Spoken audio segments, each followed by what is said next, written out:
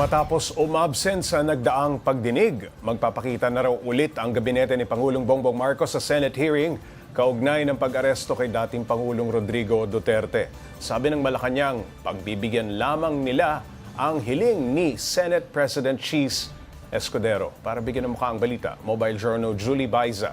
Aasahan ng makapupunta ang mga miyembro ng gabinete sa susunod na pagdinig ng Senate Foreign Relations Committee kaugnay ng pagpaparesto ng International Criminal Court kay dating Pangulong Rodrigo Duterte ang mga opisyal ng administrasyon.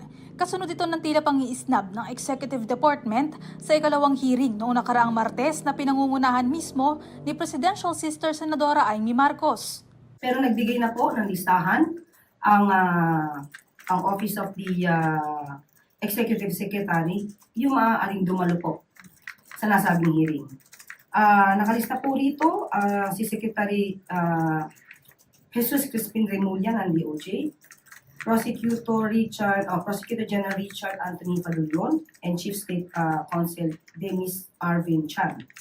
Makakasama at nilagay din po namin sa listahan si Department of Foreign Affairs Secretary Enrique A. Manalo.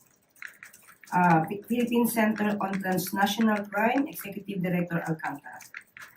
PNP General Romel Francisco Marbil and General Nicolas Torre.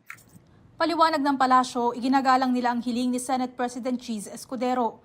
Una nang sinabi ni Escudero na siya mismo ang nag-facilitate o nanguna sa pag-uusap ng Senado at Executive Department. Binigyan din po natin ng pagrespeto ang kanyang hiling. Kaya, provided of course, ito hindi naman din tatalakay sa executive privilege na mga issues.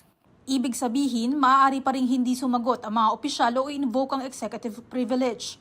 Kasabay nito, inanunsyo naman ng palasyo na dismiss na ang kaso ng 17 OFW na inaresto at kinulong sa Qatar dahil sa illegal assembly o pagdalo sa political demonstrations bilang pagsuporta kay dating Pangulong Duterte. Kasunod ito ng pakikipagpulong ng Pangulo kay Qatari Ambassador to the Philippines Ahmed Al-Humidi kaninang umaga. Ito po ay talagang tinutukan po ng ating Pangulo para po mabigyan po ng tulong ang 17 na kababayan natin dito sa Qatar. At ito nga po ang naging resulta na madismiss na po ang kaso at mapalaya po sila. Noong nakaraang linggo, sinabi ng pamahalaan na provisionally release o pinalaya ang mga inarestong OFW. Nasa kanila na rin ang desisyon kung magpapatuloy sila sa trabaho sa Qatar o uuwi sa Pilipinas.